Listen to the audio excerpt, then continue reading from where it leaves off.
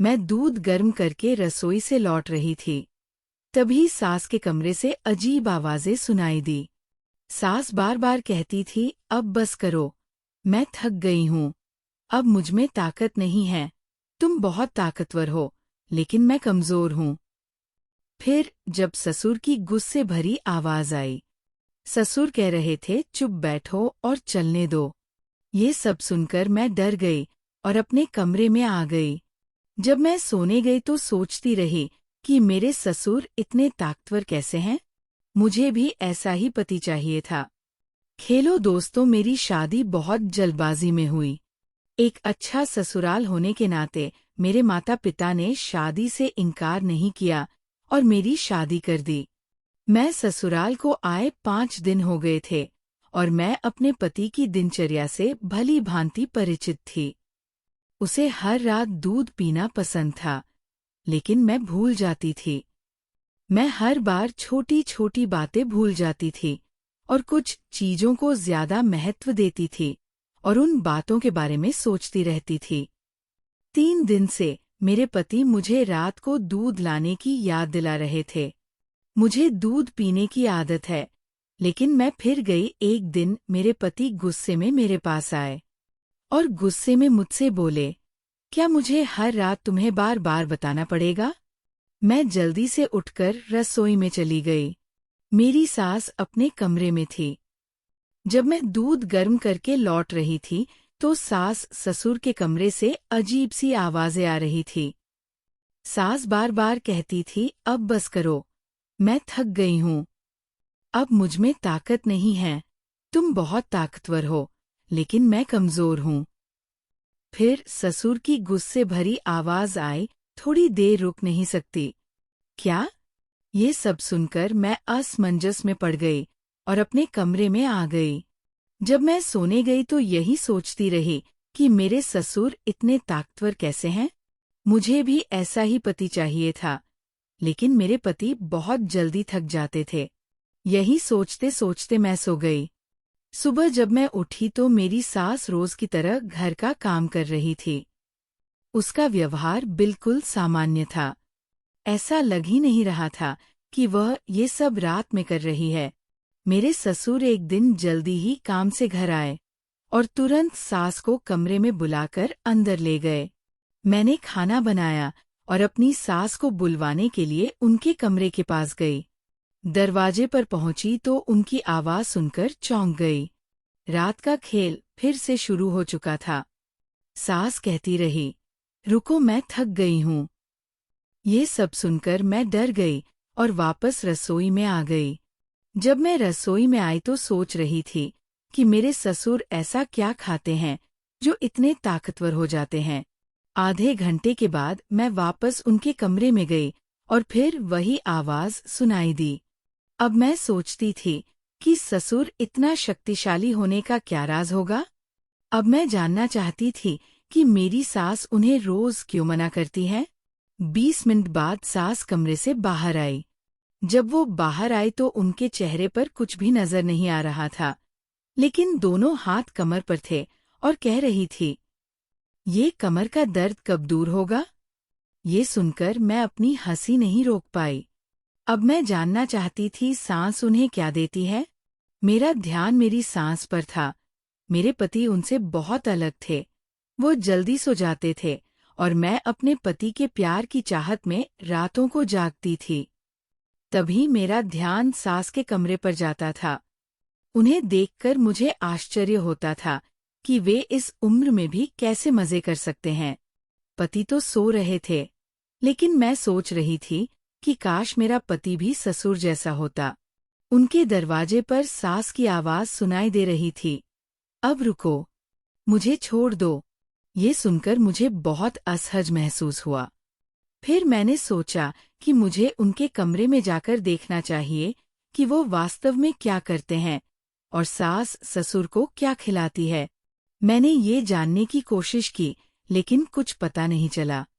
फिर मैंने सोचा, वह चीज कमरे में छुपी होगी, इसलिए मैं देखना चाहती थी कि वे अब क्या करते हैं। फिर मैं उठकर सास ससुर के कमरे में चली गई। कमरे में लाइट जल रही थी। इसका मतलब था कि वे सोए नहीं थे। खिड़की से आवाज आ रही थी। सास कह रही थी कि तुम मुझे इस उम्र में भी नहीं छोड़ रहे हो। आप जानते हैं कि अब मैं थक चुकी हूँ। ससुर जी कह रहे थे, थोड़ी देर सहन कर लो, फिर तुम्हें दर्द नहीं होगा। कुछ देर के लिए सास शांत हो गई। मैंने खिड़की से देखने की कोशिश की, लेकिन पर्दा लगा हुआ था। आवाज तो सुनाई दे रही थी, लेकिन दिखाई कुछ नहीं दे रहा था। ये देखकर मैं निराश हो गई और अपने कमरे में लौट आई। मैं भी अपने बिस्तर पर आकर सो गई। तभी मेरे पति गुस्से में बोले कि इस समय कहाँ से आ रही हो? उसके सवाल ने मुझे हैरान कर दिया। मैंने उनकी तरफ गौर से देखा तो पति अपने बिस्तर से उठ खड़े हुए और मेरी तरफ अजीब नजरों से देखते हुए बोले, तुम मेरे बारे में क्या सोचती हो? मैं सो रहा हूं तो तुम कुछ भी करोगे और मुझे पता नहीं चलेगा। पति के गुस्से ने मुझे परेशान कर दिया। उन्होंने कहा, सच बताओ तुम कहाँ गई थी? मैंने तुरंत कहा मुझे अच्छा महसूस नहीं हो रहा था। मुझे सिरदर्द था इसलिए मैं बाहर आंगन में चली गई थी। अब तुम ही बताओ इसमें गलत क्या है? मैंने थोड़ा जोर से बोला। वह एक पल के लिए शांत हुआ और बोला, बाहर आंगन में जाने की क्या जरूरत है? अगली बार जब तुम्हें सिरदर्द हो तो मुझे जगा देना। तुम्हें अकेले बाहर जाने की जरूरत नहीं है। ऐसा कहते ही वे फिर सो गए। न जाने मेरे मन में क्या चल रहा था। मैं उनके प्यार के लिए तरस रही थी, लेकिन खुद उनके पास जाने की हिम्मत नहीं थी। उस रात मुझे कब नींद आई, मुझे ही पता नहीं चल। अब मुझे सास के कमरे से दिन रात एक ही आवाज सुनाई दे रही थी और मैं सोच रही थी कि ये क्या कर रहे हैं। अगले दिन मेरे पति ने कहा, मैं 4 दिन के लिए बाहर जा रहा हूँ। जब उसने मुझे ये बताया तो मुझे एक बढ़िया विचार आया। मैंने सोचा चलो देखते हैं आज उनके कमरे में क्या चल रहा है। मेरी सास शाम को खाना खाने के बाद बाहर टहलने जा रही थी और वह दोनों आपस में बातें कर रहे थे।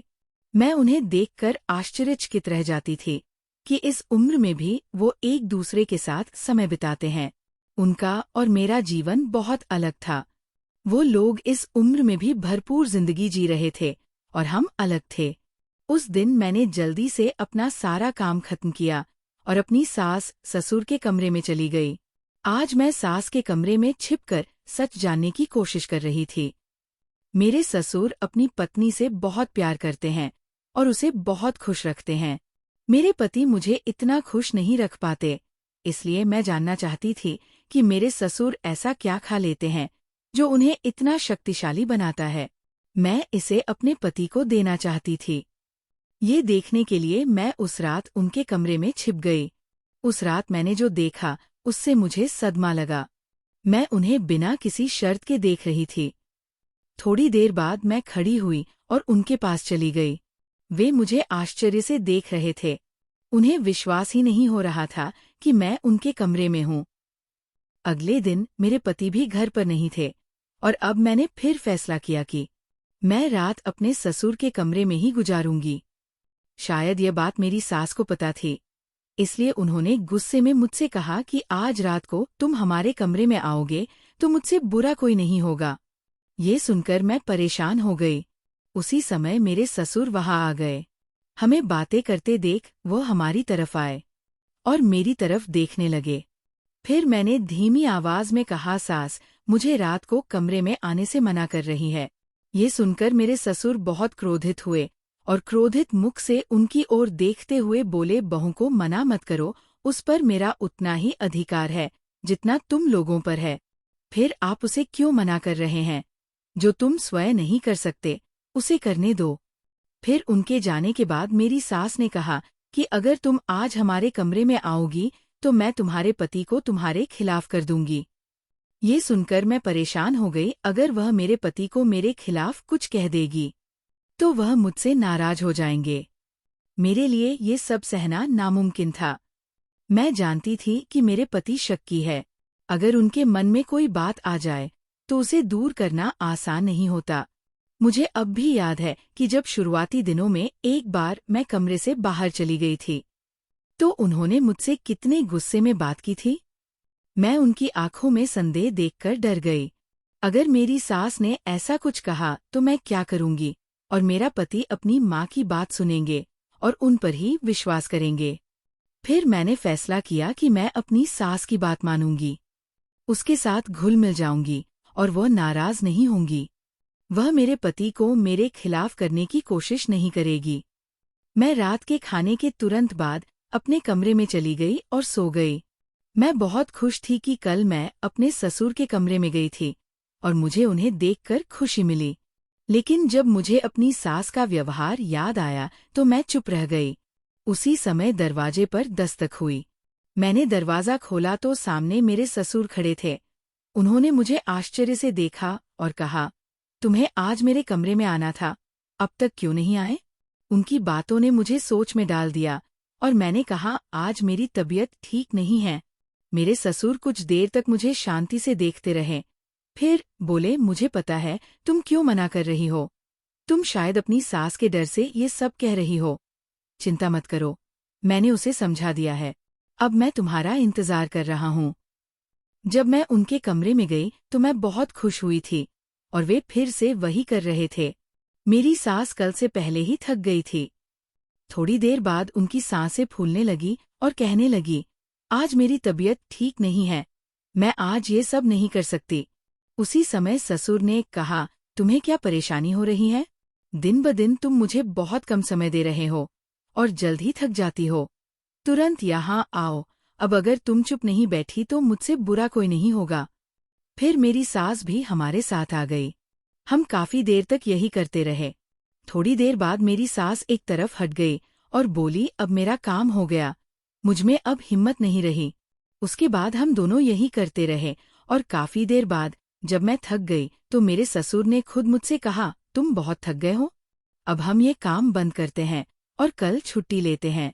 मुझे ये सुनकर बहुत दुख हुआ कि वो कल रात काम नहीं कर पाएंगे। ये सोच ही रही थी कि दरवाजे पर दस्तक हुई। दरवाज़ा खुला तो मेरे ससुर बाहर खड़े थे। उन्होंने मुझे अजीब नज़रों से देखा और कहा, आज तुम बहुत खूबसूरत लग रही हो। मैं उनकी तारीफ से शर्मा गई। उन्होंने कहा, चलो आज भी काम करते हैं, कमरे में आओ, मैं तुम्हारा इंतजार कर रहा हूँ। मैं उनके कमरे में चली गई और फिर हम तीनों वही करने लगे जो पिछले 2 दिन से करते आए थे। अब मेरा मन कह रहा था कि मुझे ये काम हर दिन करना चाहिए। अगले दिन मेरे पति भी घर लौट आए। पति आते ही वे मुझे अपनी बेचैनी, हमारी प्रेम कहानियों सुनाने लगे। मेरे बिना वे कितने असहज थे और मैं कितना कुछ वहां चूक रहा था। मैं भी उसकी बातों से बहुत खुश थी कि आखिरकार उसे मेरा एहसास हुआ और उसने मेरी कमी महसूस की। फिर मैंने अपना सर उनकी बाहों में रख दिया और आराम से सो गई। अब मैं रोज पति के सोने के बाद ससुर के कमरे में जाती थी। फिर हम आधी रात तक ऐसा ही करते हैं। एक रात जब मैं सास ससुर के कमरे से वापस अपने कमरे में आई तो मेरे पति बहुत गुस्से में थे। मेरे पति ने मुझसे कहा, मैंने तुमसे कहा था कि रात को कमरे से बाहर मत जाना, लेकिन तुमने मेरी बात नहीं मानी। अब सच सच बताओ, तुम कहाँ चली गई थी? मैं उनके पास बैठ गई और बोली, मैं तुम्हारी माँ के कमरे में गई थी। ये सुनकर वो आश्चर्यचकित रह गया। तुम इतनी देर तक मेरी माँ के कमरे में क्या कर रही थी? उन्होंने मुझे संदेह भरी नजरों से देखा। मैंने कहा, मुझे उनसे काम था इसलिए चलो गई थी। इसके बाद वह चुप रहे और कुछ नहीं बोले।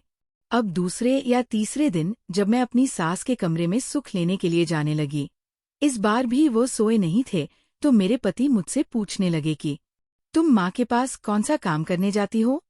मैं बिना कुछ कहे जाने लगी, लेकिन मुझे मेरे पति ने खींचकर बिस्तर पर धक्का दे दिया और गुस्से में बोलने लगे।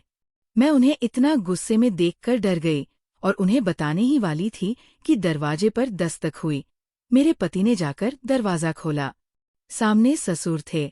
उन्हें मेरे पति के साथ कुछ काम था, इसलिए वो अपने बेटे के साथ चले गए। मैंने एक गहरी सांस ली और शांत हो गई। फिर कुछ दिनों बाद एक रात जब मैं सास ससुर के कमरे में गई तो शायद मेरे पति सोए नहीं थे और वह मुझे ढूंढते हुए उस कमरे में आ गए। सामने हमें ऐसा करते देखकर वो चौंक गए। जब उसने हमें एक पैर पर खड़े होकर पूजा करते देखा तो उसके मुंह से तेज आवाज निकली, क्या हो रहा है? तो मेरी सास ने अपना दूसरा पैर जमीन पर रखा और सोफे पर बैठते हुए बोली, तुम्हारे पापा कब से ये पूजा करते आ रहे हैं? उनका कहना है कि एक पैर पर खड़े होकर इस तरह पूजा करने से भगवान प्रसन्न होते हैं और मनुष्य को वो सब कुछ मिलता है जो वह चाहता है। मैं जल्दी ही थक जाता हूँ, लेकिन तुम्हारी पत्नी और पिताजी लंबे समय तक ये काम करते हैं। पता नहीं ये दोनों क्यों नहीं थकते। ये सुनकर मेरे पति ने मेरी ओर मुस्कुराते हुए देखा और कहा, मेरी पत्नी बहुत अच्छी है और कभी थकती नहीं है।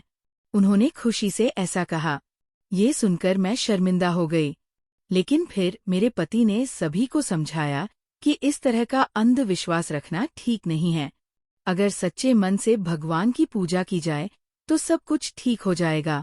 काफी समझाने के बाद मेरे ससुर मान गए और फिर एक साधारण इंसान की तरह व्यवहार करने लगे।